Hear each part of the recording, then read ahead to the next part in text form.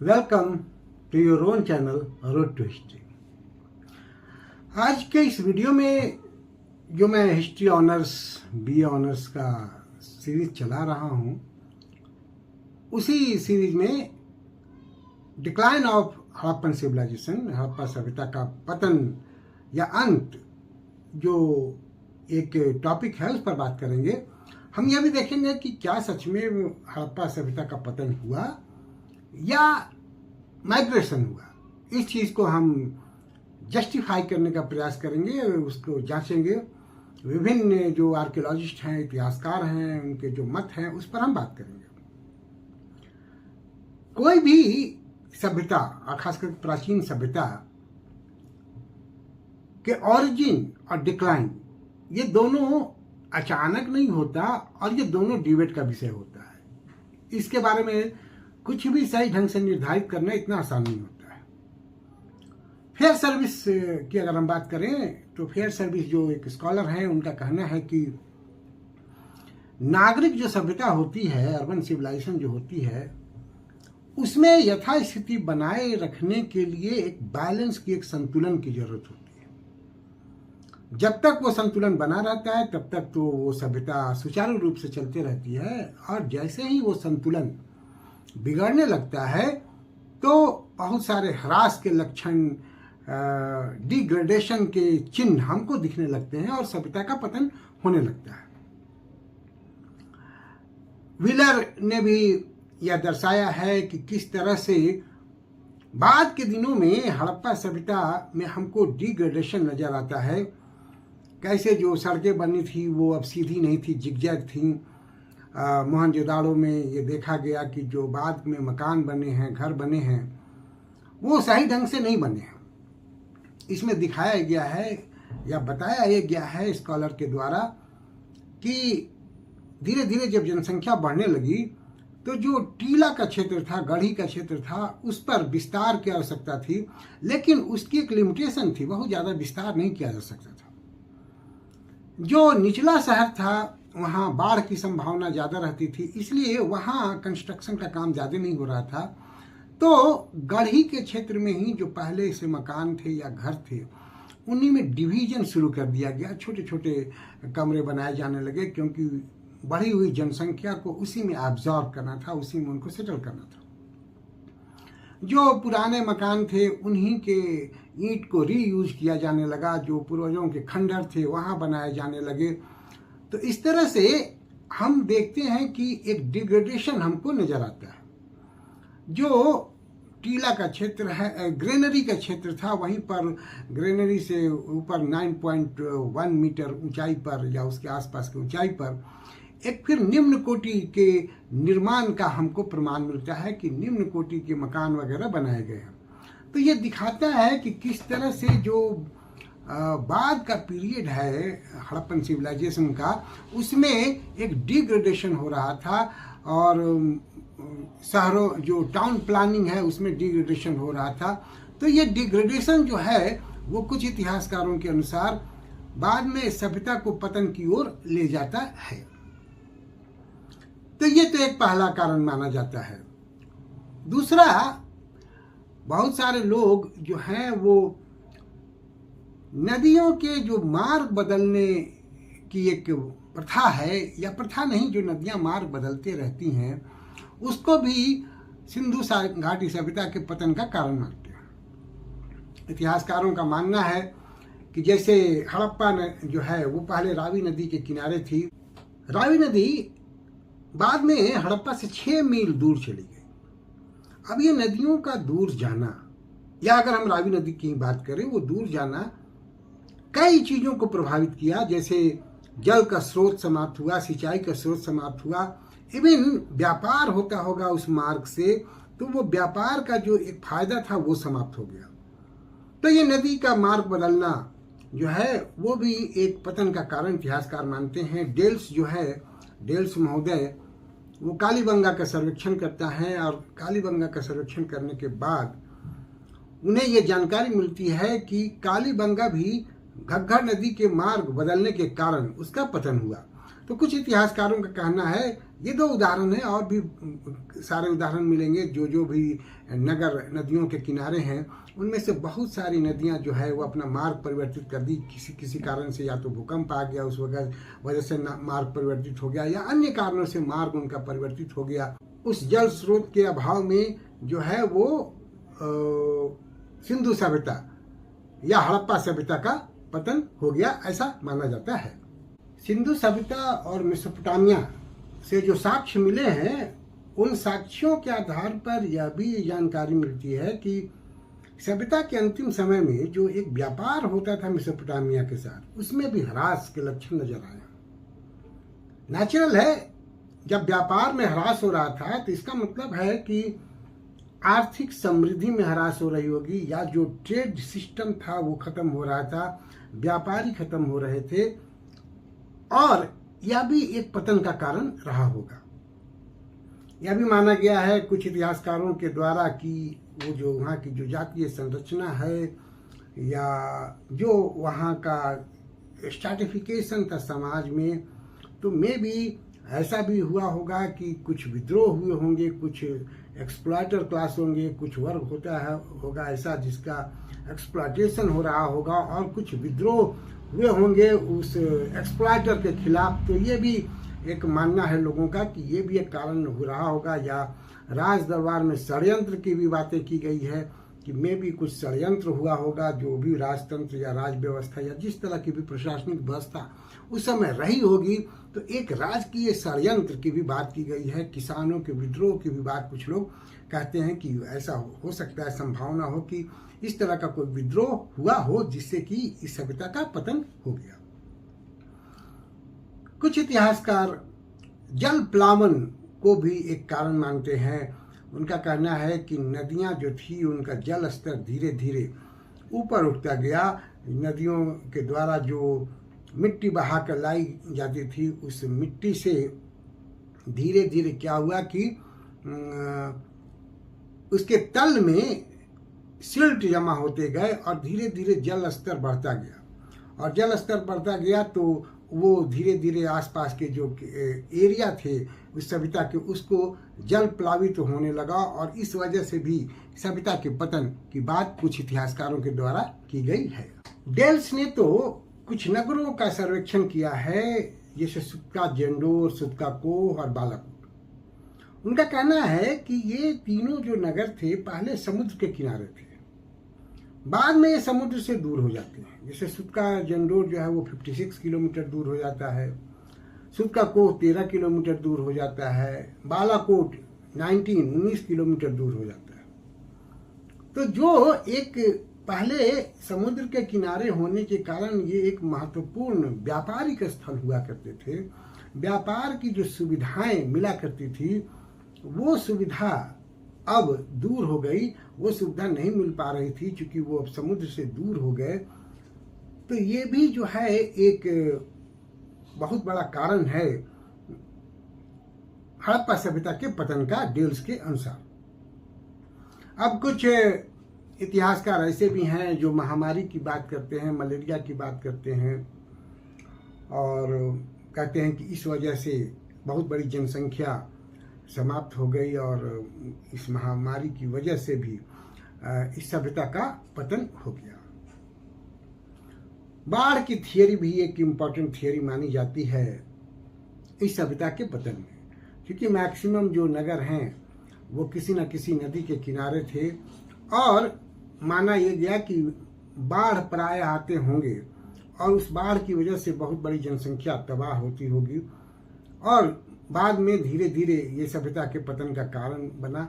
जो आर्कियोलॉजिस्ट हैं वो सर्वेक्षण के आधार पर बाढ़ का प्रमाण प्रस्तुत करते हैं। कई नगरों में, खास करके मोहनजोदाड़ो में, हड़प्पा में जो रेत पाए गए हैं बहुत सारे, उससे ये लगता है कि बाढ़ आए होंगे। मोहनजोदाड़ो 7 लेयर में बना हुआ था नगर, और हर बार वो कुछ ऊंचाई पर बनाया जाता था। तो ये मानना है आर्कियोलॉजिस्टों का कि बाढ़ से बचाव के लिए वो धीरे धीरे और ऊंचा किया जाता रहा होगा।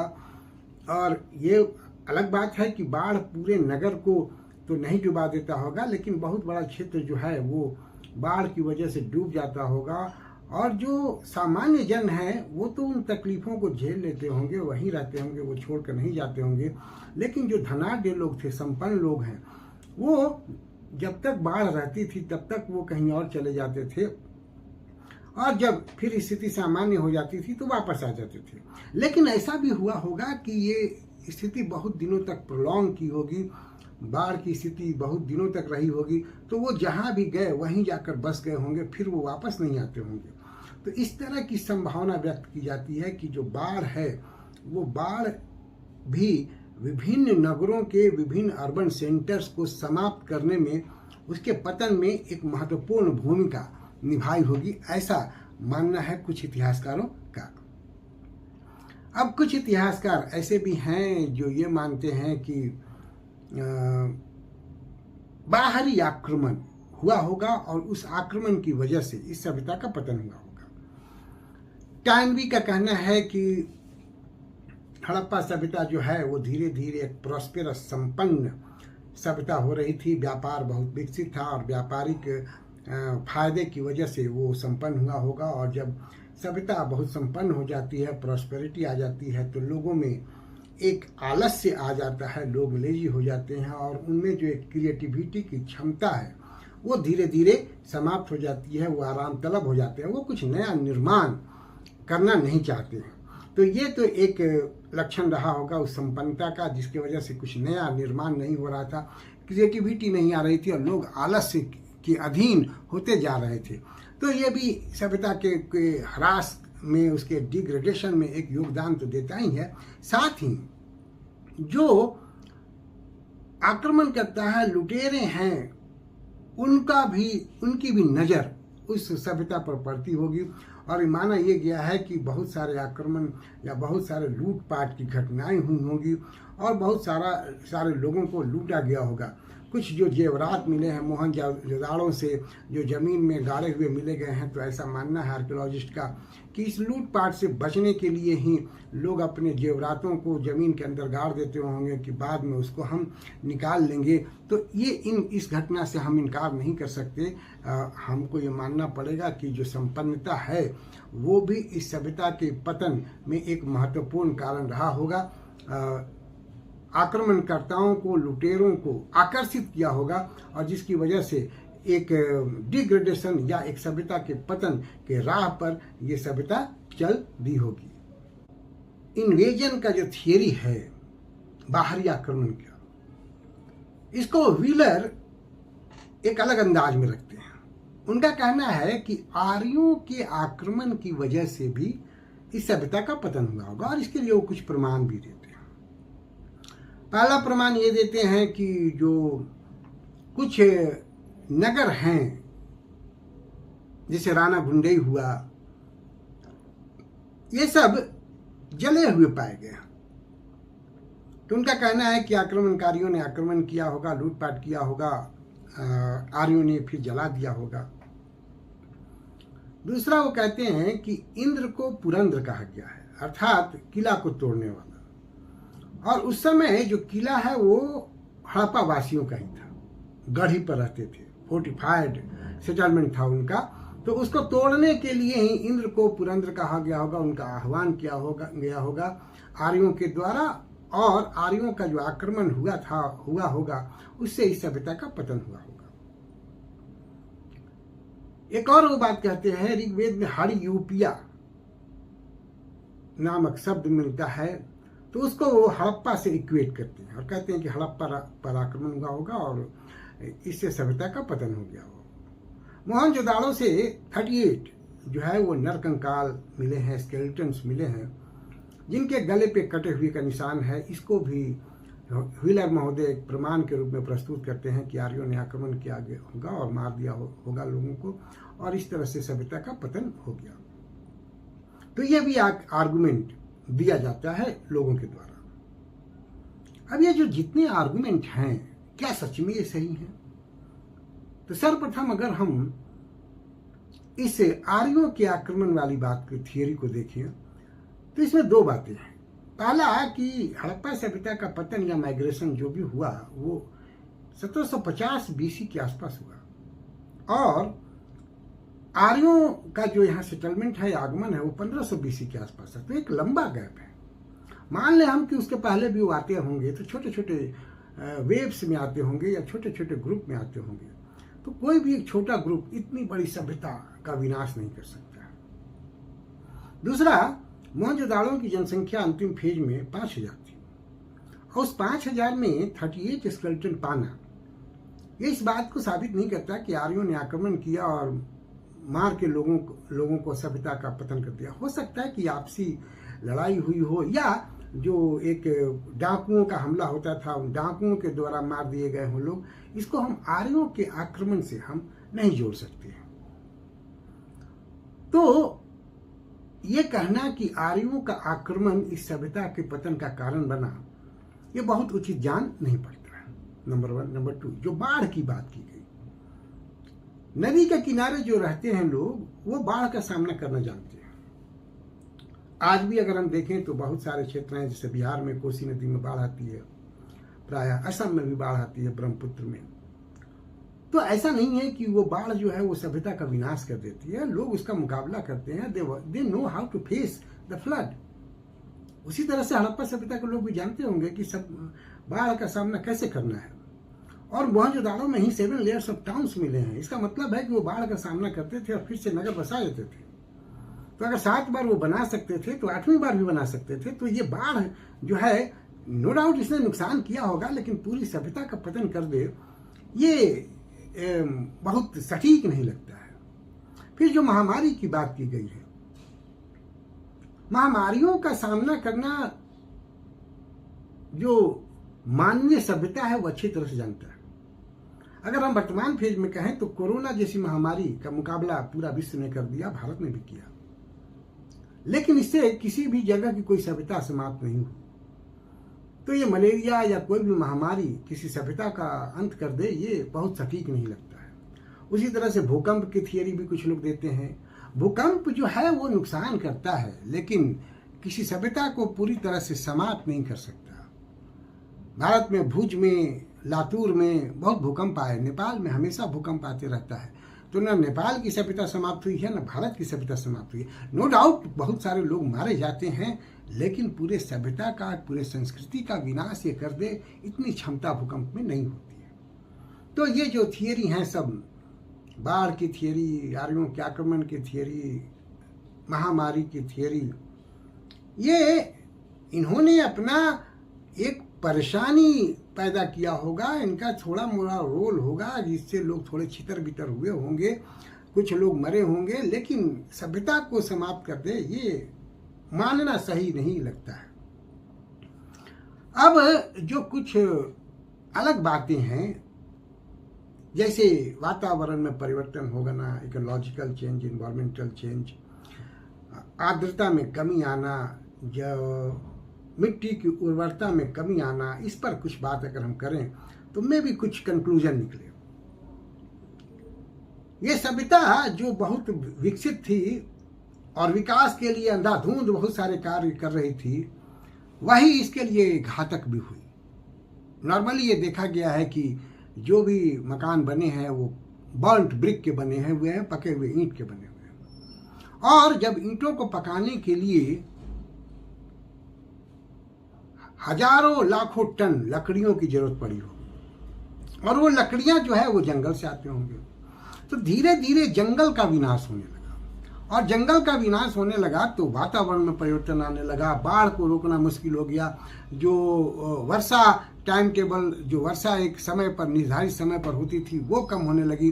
और देखा यह गया कि धीरे धीरे मौसम में जो है वो शुष्कता आने लगी, ड्राइनेस आने लगी। जो पहले आर्द्रता थी वो आर्द्रता समाप्त होने लगी, और इसका बहुत सा बड़ा अंतर कृषि पर पड़ा होगा और उपज पर पड़ा होगा। तो ये एक चीज हम कह सकते हैं कि इसने इस सभ्यता के विकास को या प्रभावित किया होगा और इसको पतन की तरफ धकेला होगा। पहली बात यह है। इस पर कुछ प्रमाण मिले हैं।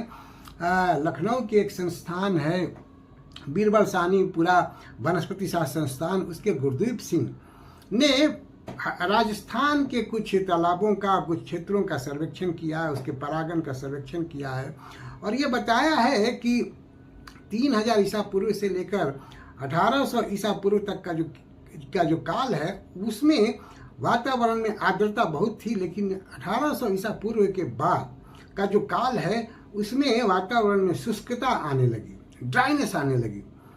तो ये जो है, ये कृषि की जो प्रक्रिया है उसको जरूर प्रभावित की होगी और इसका प्रभाव पड़ा होगा सिंधु घाटी सभ्यता के लोगों पर। एक और चीज देखा गया कि basically Harappans were the wheat cultivating people, ज्यादा वो गेहूं की खेती करते थे। अगर एक ही फसल लगाया जाए किसी जमीन पर बार बार तो उसकी फर्टिलिटी कम होती है, उसकी उर्वरा शक्ति समाप्त होती है। तो एक तरफ धीरे धीरे फर्टिलिटी कम हो रही थी, दूसरी तरफ जनसंख्या बढ़ रही थी। जैसे मोहनजोदाड़ो की जनसंख्या 5000 हो गई, हड़प्पा की जनसंख्या 3000 हो गई। तो there was a wide gap between demand and supply.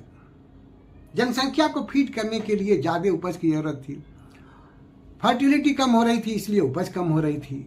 तो एक गैप देखा जाने लगा, जिससे हड़प्पा सभ्यता के लोगों के पास एक चैलेंज आया, एक परेशानी आई, और इस चैलेंज का बाखूबी उन्होंने मुकाबला किया।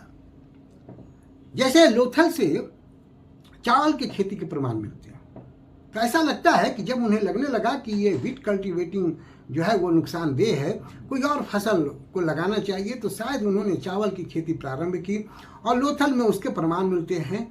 और यह भी माना जा सकता है कि धीरे धीरे जब चावल की खेती करने में वो मास्टर हो गए, कुशल हो गए, तो धीरे धीरे सभ्यता का माइग्रेशन होने लगा राइस जोन में। जहां चावल की खेती अच्छे ढंग से की जा सकती थी, वो धीरे धीरे वहां माइग्रेट होने लगे। जो गंगा यमुना द्वाब का क्षेत्र था वो धीरे धीरे माइग्रेट होने लगे। और हम ये कह सकते हैं कि ये सभ्यता जो है वो धीरे धीरे अपने आवश्यकताओं की पूर्ति के लिए या उनके सामने जो चैलेंजेस थे उसका सामना करने के लिए माइग्रेट करना शुरू की, और गंगा यमुना द्वाब के क्षेत्र में वो माइग्रेट हो गई। अर्थात सभ्यता का पतन नहीं हुआ, सभ्यता का प्रवजन हुआ, माइग्रेशन हुआ। पतन अगर हुआ तो अर्बन सेंटर्स का हुआ। नेचुरल है, जिन अर्बन सेंटर्स को छोड़कर वहाँ की जनता दूसरे जगह चली गई, माइग्रेट चली गई, तो बहुत दिनों तक वो अर्बन सेंटर सरवाइव नहीं कर सकता था। तो हम एज ए कंक्लूजन ये कह सकते हैं कि अर्बन सेंटर जो है वो डिक्लाइन किए, सभ्यता डिक्लाइन नहीं, सभ्यता दूसरी जगह माइग्रेट हो गई। और बाद के दिनों में जो हम सिंधु घाटी सभ्यता के धर्म का प्रभाव जो आज तक देखते हैं, उनके जो धार्मिक विचार थे वो आज तक देखते हैं, हो सकता है कि जो माइग्रेट हुए वो अन्य जगहों पे तो अपने विचारों को भी लेकर गए, और उन्हीं के विचार से ये जो है हमारा जो धर्म है वो आज तक प्रभावित है। तो हम कह सकते हैं कि सिंधु घाटी सभ्यता का पतन नहीं हुआ, बल्कि वो माइग्रेट हुई है। और आज भी उनके बहुत सारे विचार हमको देखने को मिलते हैं। तो आज के इस वीडियो में इतना ही। Thank you for watching me. See you again with a new video.